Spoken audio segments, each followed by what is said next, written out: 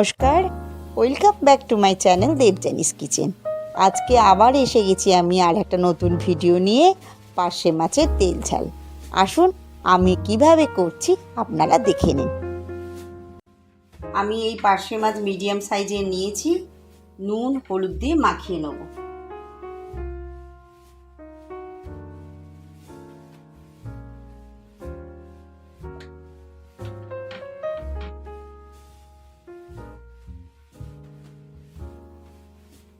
সেহেতু আমার সর্ষে লাগবে।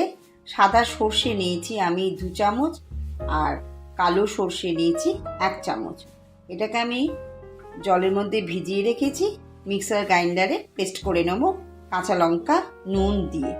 আর লাগছে আমার দই লাগছে 1 চামচ মতো, আর লাগছে বড়ি লাগছে, আর টমেটো একটা নিয়েছি, টমেটো কুচি, আর কাঁচা লঙ্কা নিয়েছি।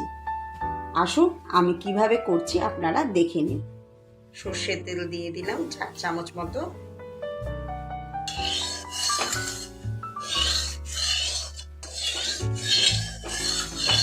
সর্ষেটা পেস্ট করে নিয়েছি, 4টে কাঁচা লঙ্কা দিয়ে মিক্সার গ্রাইন্ডারে পেস্ট করে নিয়েছি। তেলটা গরম হচ্ছে, আমার গরম হয়ে গেছে তেলটা। এবার আমি মাছগুলো দিয়ে দিচ্ছি।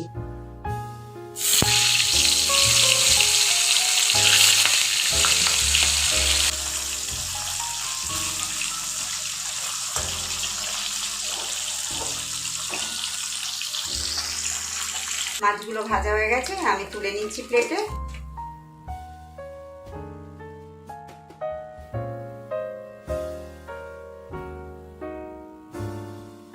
কটা বড়ি আছে অল্প, সেইগুলো একটু ভেজে নিচ্ছি।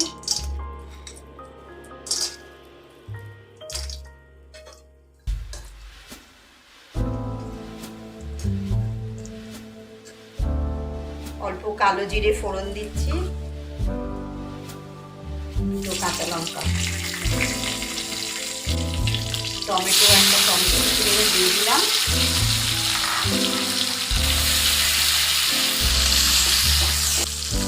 সর্ষে বাটাটা দিয়ে দিচ্ছি,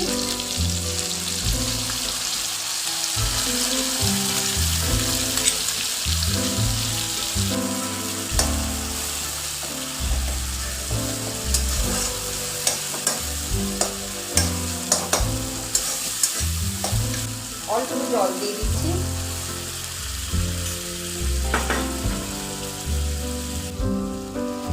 হলুদের গুঁড়ো, স্বাদ মতো নুন, দইটা দিয়ে দিচ্ছি।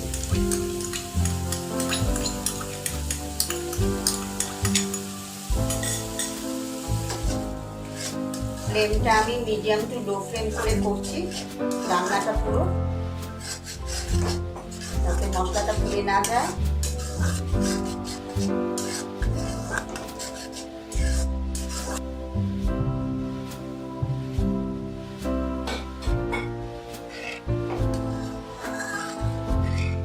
মিনিট 5 ফোটার পরে মাছগুলো দিয়ে 5 মিনিট হয়ে গেছে, ঢাকনাটা খুলে নিলাম।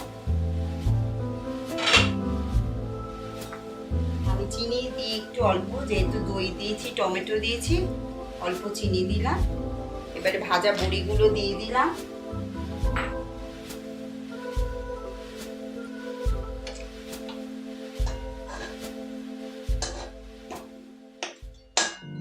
ভাজা মাছগুলো সব দিয়ে দিলাম ঝোলের মধ্যে। নামানোর আগে 1 চামচ সর্ষের তেল দিয়ে দিলাম। ব্যাস, এভাবে আমি পার্শে মাছের তেল ঝাল রান্না করলাম। আপনারা এইরকমভাবে রান্না করবেন, গরম গরম ভাতের সাথে খেতে খুবই সুস্বাদু লাগবে। আর আমার এই রান্নার ভিডিওটা ভালো লাগলে আমাকে লাইক শেয়ার সাবস্ক্রাইব করবেন। আমি আবার আপনাদের কাছে নতুন আরেকটা ভিডিও নিয়ে আসবো।